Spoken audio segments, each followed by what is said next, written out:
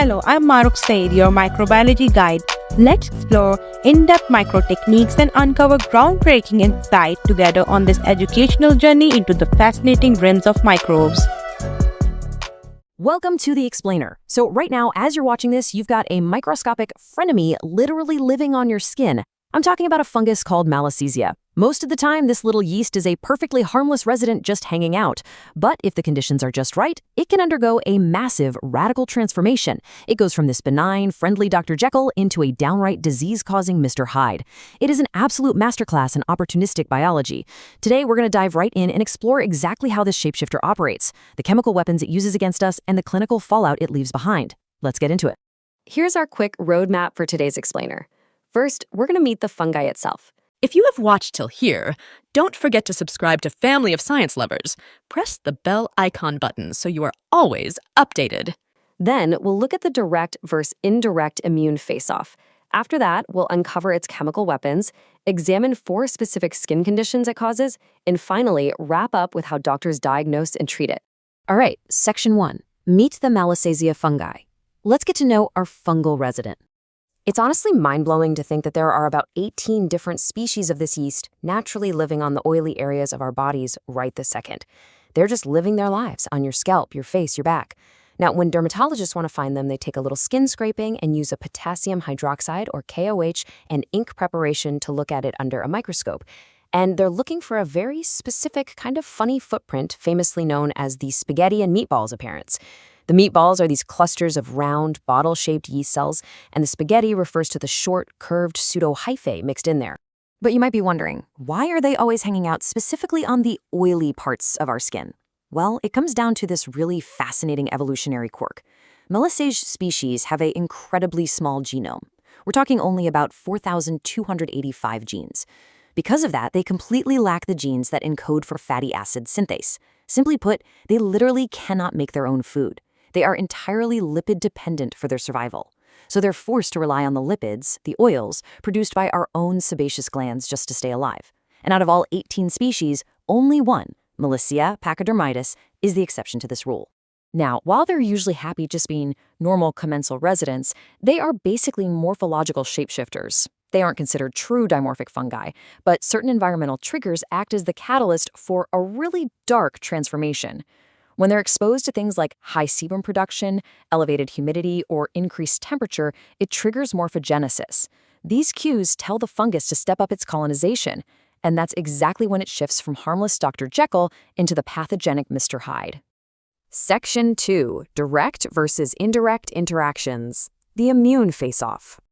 Okay, so once this fungus goes rogue on the stratum corneum, that's the outermost layer of your skin, your immune system has to step in. And our body detects these invaders in 2 very distinct ways. First, we have direct interaction. Think of this as physical hand-to-hand combat, where cells use pattern recognition receptors to literally feel the fungal cell wall. Then we have indirect interaction. This is where our host cells aren't necessarily touching the fungus itself, but rather reacting to the toxic metabolic byproducts the fungus leaves behind after feasting on our skin oils. Our direct alar system is incredibly high-tech. Think of our immune cells as having these highly specialized security scanners called C-type lectin receptors. You've got dectin-1, which specifically scans for beta-glucan on the fungal wall. Then there's dectin-2 and MPhil, scanning for mannose residues and glycolipids. We also have lendrin, binding to mannose and beta-glucan. And on top of all that, we have toll-like receptors, like TLR2, heavily expressed right on our skin cells, acting as the main alarm bells. The second these get tripped, they trigger a massive pro-inflammatory response, calling in immune cells to contain the spread. Download our Microbiology study app made for researchers like you. Section 3. Chemical weapons of disease. Let's take a look at the arsenal. So, if our immune system is heavily armed like that, how on earth does Malassezia actually cause disease? The answer is biochemical weapons. Let's walk through their first line of attack, the lipase pathway. Step 1. The fungus secretes lipase enzymes to basically digest our skin's sebum. Step 2. That breakdown releases unsaturated fatty acids, specifically oleic and arachidonic acid. Step 3. That arachidonic acid acts as a precursor, creating highly pro-inflammatory icosanoids. Step 4. This entire cascade rips through the stratum corneum, weakening the skin barrier and causing severe irritation. It is literally weaponizing your normal skin oil against you. Crazy, right? And weapon number 2 is the indole pathway. If there happens to be a nitrogen source, like tryptophan nearby, the fungus metabolizes it into indole alkaloids. These indoles are incredibly sneaky. They act like hackers, binding directly to our own cells' aryl hydrocarbon receptors, or AHR.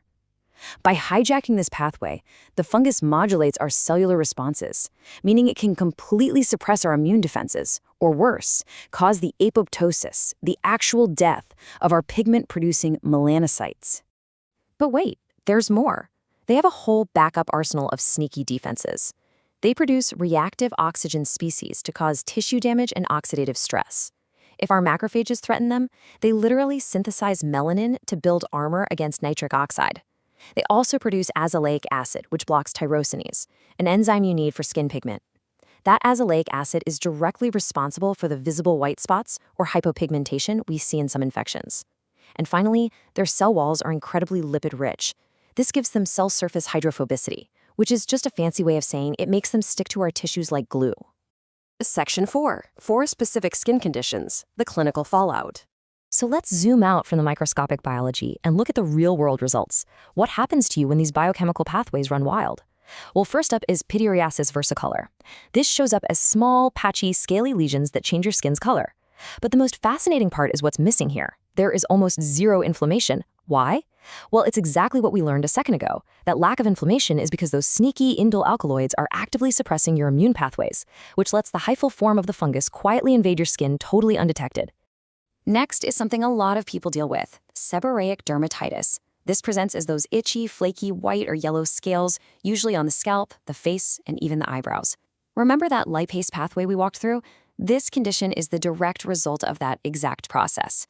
The fungal lipases break the sebum down into oleic and arachidonic acids, and boom, that triggers an intense, itchy, pro-inflammatory response and all that abnormal skin flaking. Then we have atopic dermatitis. This one features really chronic itching and super dry patches. Here, a dehydrated, compromised skin barrier causes the skin's pH to rise. That higher pH signals Malassezia to start pumping out allergens.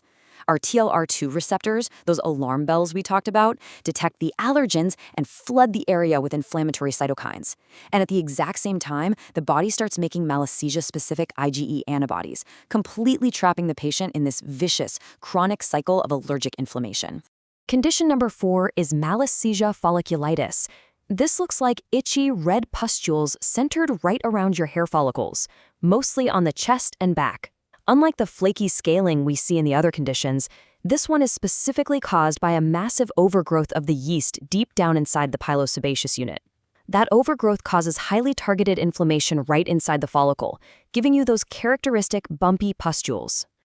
Section 5. Diagnosis and treatment strategies. Restoring the balance. With so many different ways this fungus can attack, how do doctors actually identify the culprit and fix the balance of our skin? Well, for Pityriasis versicolor, dermatologists use a super cool tool called a Woods lamp. Under the UV light, the fungal lesions literally glow this bright yellow-orange. It's usually treated with 2% ketoconazole or selenium sulfide. Seborrheic dermatitis, on the other hand, is usually diagnosed just by looking at it and treated with topical azoles to knock down the fungus and the inflammation. For atopic dermatitis, because of that allergic loop, doctors often use an immunocap M70 blood test to look for those specific IgE antibodies. Treating that requires a two-step approach. You have to restore the skin barrier with corticosteroids first, then add the azoles. And lastly, for Malassezia folliculitis, a KOH prep from inside the pustule will show tons of yeast cells, but importantly, almost no hyphae.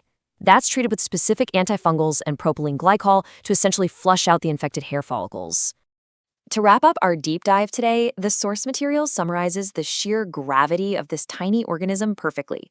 The relationship between Malassezia species and other serious skin disorders involves complex mechanisms of host-pathogen interaction, inflammatory modulation, and disruption of normal skin homeostasis. Essentially, understanding this opportunistic fungus isn't just about treating an itchy rash. It's absolutely crucial, the master key to understanding overall dermatological health. Which leaves us with a pretty massive thought to ponder. If human skin requires such an unbelievably delicate balance of lipids, immune receptors, and fungal populations just to stay healthy, what other microscopic ecosystems are we completely taking for granted every single day? Thanks so much for joining me on this explainer. Keep asking questions, and I'll catch you next time. Thank you so much for watching. Don't forget to subscribe to my channel, press the bell icon button. Thank you.